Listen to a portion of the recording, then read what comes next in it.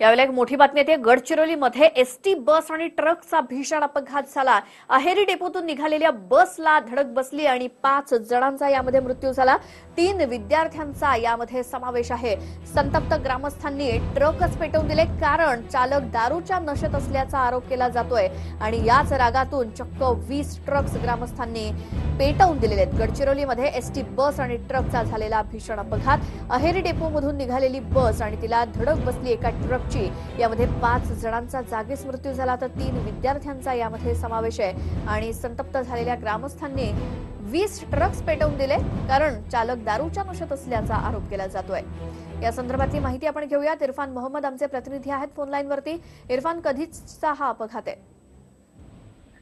एक मोठी दुर्दैवी घटना आहे गडचिरोली जिल्ह्यात आणि अहेरी डेपची बस होती आणि ही बस सकाळी 7 वाजता म्हणजे अहेरीवरून निघाली आणि परत येताना एटापल्लीवरून परत येताना जे गुळपल्ली गाव आहे या गावाजवळ म्हणजे 9:30च्या दरम्यान एक सुरजागड प्रकल्पावर जे ट्रक सुरू होते त्या ट्रकनी या बसला धडक दिली आणि ही धडक एवढी मोठी होती की बस म्हणजे एक डावीकडून पूर्ण कट झाली आणि यात बसलेले 32 प्रवासी होते। याच्यामधून 3 प्रवासी जागीच ठार झाले आणि उरलेले 4 प्रवासी गंभीर रूपे जखमी होते। तर या प्रवाशांना ग्रामीण रुग्णालय एटापल्लीत दाखल करण्यात आला।